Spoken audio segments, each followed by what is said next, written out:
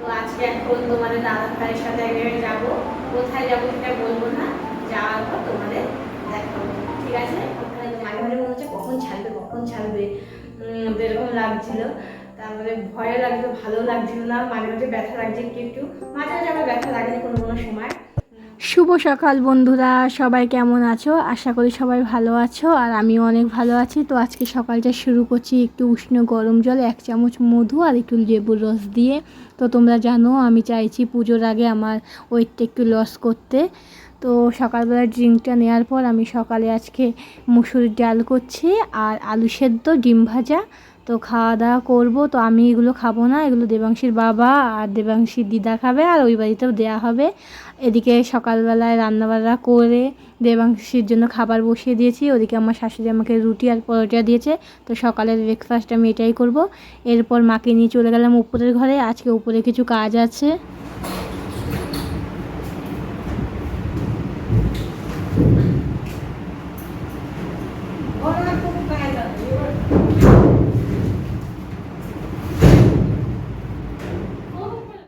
ওপরের ঘরে এসে আগে আলমারি থেকে সমস্ত রকম জিনিসপত্র বের করে খাটের উপরে রাখলাম। অ্যাকচুয়ালি আজকে আলমারিটাকে ওই পাশ থেকে খাটের এই সাইডে আনবো, কারণ এখন উপরের ঘরটা তো খুব একটা ইউজ করা হয় না। তো আমি ভাবছি উপরের ঘরে আমি ভিডিও করব, তো এই পাশটা একটু ফাঁকা ফাঁকা লাগে। আলমারিটা অ্যাকচুয়ালি এদিকেই ছিল, আমি ভেবেছিলাম একটা শোকেস কিনবো, তার জন্য আমি আলমারিটা ওদিকে সরিয়ে দিয়েছিলাম। তো এখন যখন দেখছি আর শোকেসটা কেনা হয়নি কিছু প্রবলেমের কারণে, তাই ভাবছি এখন আবার এটাকে এদিকে রেখে দিই। আমরা এদিকে কাজ করছি আর দেবাংশী দেখো কত দুষ্টুমি করছে, চারিদিকে ঘুরছে আলমারি চারিদিকে বারবার। আগে আলমারিটা এই পাশেই ছিল, তো এখন আবার জায়গা মতন আনলাম, তো ভালোই লাগছে বেশ, আমার কাছে তো ভালো লাগছে, কারণ যেহেতু আগে আমরা এখানেই রাখতাম আলমারিটাকে। ওপরের ঘরে আরও জিনিস ছিল, শোকেস ছিল, আলনা ছিল, যেহেতু এখন নিচে থাকি তাই সব কিছু নিচে নামিয়ে নিয়েছি। উপরের ঘরে শুধু এই একটা জিনিসই রয়েছে। এইটা যখন উপরে তুলেছিলাম না, খুব অসুবিধা হয়েছিল, দড়ি বেঁধে ছাদের থেকে তুলেছিল জানো তো। তো ফাইনালি হয়ে গেছে আমাদের কাজ করা, মানে আলমারিটা সেট করা হয়ে গেছে। মাকে বললাম তুমি নিচে যেয়ে দেবাংশীকে ওর ঠাম্মির কাছে দিয়ে আসো আর ওকে স্নান টান করিয়ে দাও, তারপরে তুমি রান্না চাপাও, কারণ মা আবার চলে যাবে। তো এইটা দেখছো আমার আগের ঘরের লোক, আগে এরকম ছিল, তো এখন তো চেঞ্জ করা হয়েছে। তো মা বললো ঠিক আছে তাহলে তুই উপরের ঘরটা একদম পরিষ্কার কর, দেখো জামা কাপড় সব ছড়ানো, এগুলো সব ভাঁজ করে একটা একটা করে গোছাবো। তো মা নিচে চলে গেল দেবাংশীকে নিয়ে, ওকে খাইয়ে দাইয়ে ঠাম্মির বাড়িতে দিয়ে আসবে, তারপরে ওকে পরে স্নান করিয়ে দেবে। আর মাকে বললাম তুমিও স্নান করে নাও, ব্যাগপত্র গুছিয়ে নাও, কারণ মা আজকে চলে যাবে। তো আমি ভাবলাম তাহলে যখন উপরের ঘরে মানে কাজ করছি, আলমারিটা সরানোর পর খুব নোংরা বেরিয়েছে, তো ঘরের ঝুলটা একটু ঝেড়ে নিই। এই ফ্যানটাতে না আমি হাত পাই না জানো তো, সাদা রঙের ফ্যান, দেখো ঝুল পরে একদম কালো হয়ে গেছে। তো তোমাদের দাদাভাইকে দিয়ে এটা মোছাতে হবে, কারণ এটা ঝাঁটা দিয়ে পরিষ্কার হবে না, এটাকে সুতির কাপড় দিয়ে না মুছতে হবে। আমি এটা চেষ্টা করি খাটের উপরে যদি একটু টুল রাখি তাহলে হয়তো হাত পাবো, কিন্তু আমি অত রিস্ক নিইনি, যদি বাবা পড়ে যায় তখন আবার কি হবে। তো ফ্যানটা কোনো রকম মুছে, এই যে আলমারির উপরে আর খাটে না খুব আলগা ধুলো পড়েছে, তো এইগুলো আমি একটা কাপড় দিয়ে মুছে দিই। সুতির কাপড় পাইনি, উপরে একটা সিল্ক টাইপের কাপড় ছিল, সেটা নিয়েই আমি এখন এই যে খাটের এগুলো সব মুছছি। মোছার পর আমি ঘর বারান্দা না সরি ঘরটাকে ভালো করে ঝাড় দেবো, এক গাদা ঝুল পুরো কার্পেটের উপরে, তারপরে কার্পেটটা মুছবো। তো তারপরে আমি নিচে যাব জলের বালতি আর ঘর মোছার যে স্ট্যান্ডটা সেটা আনতে। আর যে দেখি দেবাংশীর বাবা আজকে বাজার থেকে কী এনেছে, মা কি রান্না করে, আর মা রান্না বান্না করছে বলে আমি উপরের ঘরটা পরিষ্কার করতে পারছি, না এত খুব অসুবিধা হতো জানো তো। পটল ভাজা,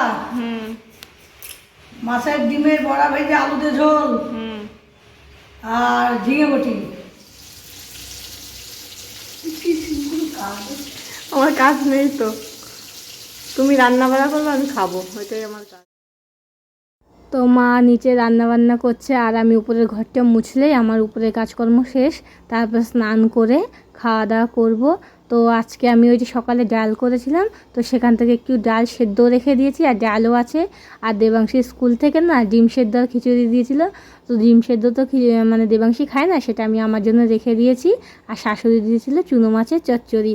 তো মা যেই তরকারিগুলো করেছে সেগুলো কিন্তু আমি খাইনি, ওই বাড়িতে দেওয়া হয়েছে, দেবাংশীর বাবা আর আমার মা সবাই মিলে খেয়ে নিয়েছে, তো ছিল রাতের জন্য ছিল।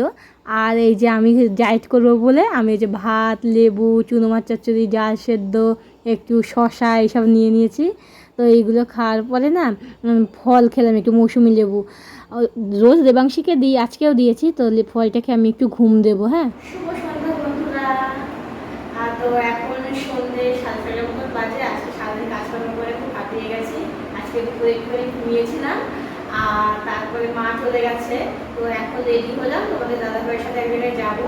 কোথায় যাবো সেটা বলবো না, যাওয়ার পর তোমাদের মানে দেখাবো কোথায় এসেছি।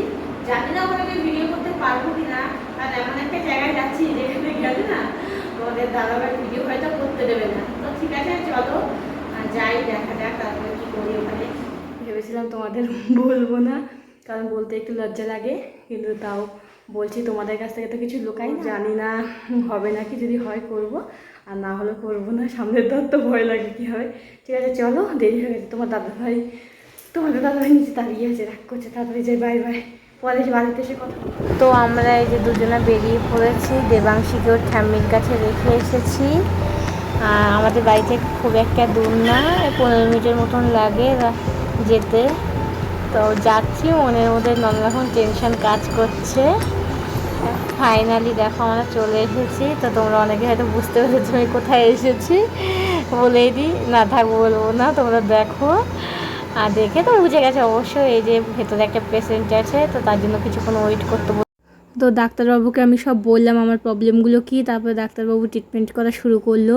আর তোমাদের দাদা হয়তো ক্যামেরা ধরতে রাজি না, তো আমি অনেক বলে করে ক্যামেরাটা ধরতে বলেছি, কিন্তু তাও ভুলভাবে ধরেছে। তো আমি দেখো বলছি ক্যামেরাটা ঘুরিয়ে ধরো, তো ও তো শুনছে না। আমি বেশি কথা বলতে পারছি না, মুখে ওই জিনিসটা দেওয়া রয়েছে।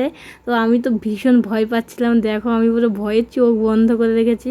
তো ডাক্তারবাবু বলেছিল যে ট্রিটমেন্টটা হয়ে যাওয়ার পর আমি যাতে 1 ঘন্টা কিছু না খাই, ব্রাশ করে তারপরে খাওয়া দাওয়া করি। তো এর জন্য তোমাদের দাদাভাইকে বললাম আমি কিছু খাবো না, চলো বাড়ি চলে যাই। তো এই জন্য কিছু না খেয়ে চলে এসেছিলাম। তারপর তোমার দাদাভাই কিন্তু রাতে আবার খাবার এনেছিল। তো চলে এসেছি। তো আমার অভিজ্ঞতা তোমাদের সাথে একটু শেয়ার করি। সত্যি কথা বলছি, মানে খুব ভয় লাগছিল আমার প্রথম কথা, যে কি হবে কি হবে। আর যখন ওইটা দিয়ে আমাকে ওয়াশ করছিল, তখন না মানে ব্যথা লাগছিল হালকা হালকা, মাঝে মাঝে মনে হচ্ছে কখন ছাড়বে কখন ছাড়বে, এরকম লাগছিল। তারপরে ভয়ও লাগছিল, ভালো লাগছিল না, মাঝে মাঝে ব্যথা লাগছে একটু একটু, মাঝে মাঝে আবার ব্যথা লাগেনি কোনো কোনো সময়। তো যাই হোক, ফাইনালি হয়ে গেছে। তো দেখো তোমাদের দেখাচ্ছি, পুরো পরিষ্কার হয়ে গেছে, এখন চকচক করছে পানি। ঠিক আছে, ব্লগটা আজকে এখানে শেষ করলাম। তোমরা হয়তো সবাই হাসবে আমি জানি, আমাকে নিয়ে মজা ঠাট্টা করবে। ঠিক আছে, আজকে শেষ করি এখানে। সবাই ভালো থেকো, শুভরাত্রি সবাইকে।